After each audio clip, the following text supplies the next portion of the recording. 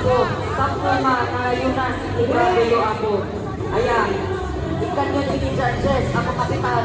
Ako magawa. Ayan. Ako. Kasama din natin yung mga NGO representatives ng Barangay Tina. Ayan. Mga farmers natin. Yay! Mabuhay kayo! Parang maganda pag umiilaw yung mga hawak nila. So, siguro next time, gabi tayo mag-opening ng Glass Paris.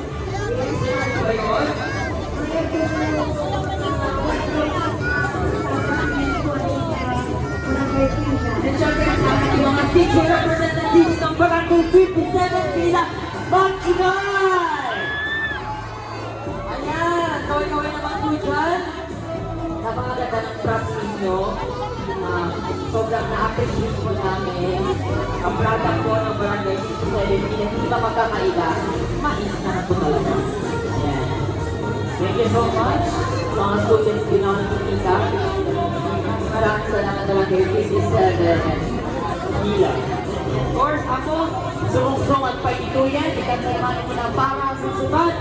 Iti Barangay 38 Casili. Headed by po ng Barangay Renato Pablo Dakiwan.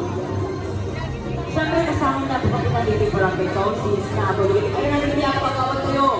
Raise your right hand. Ayan, Barangay Secretary, Treasurer,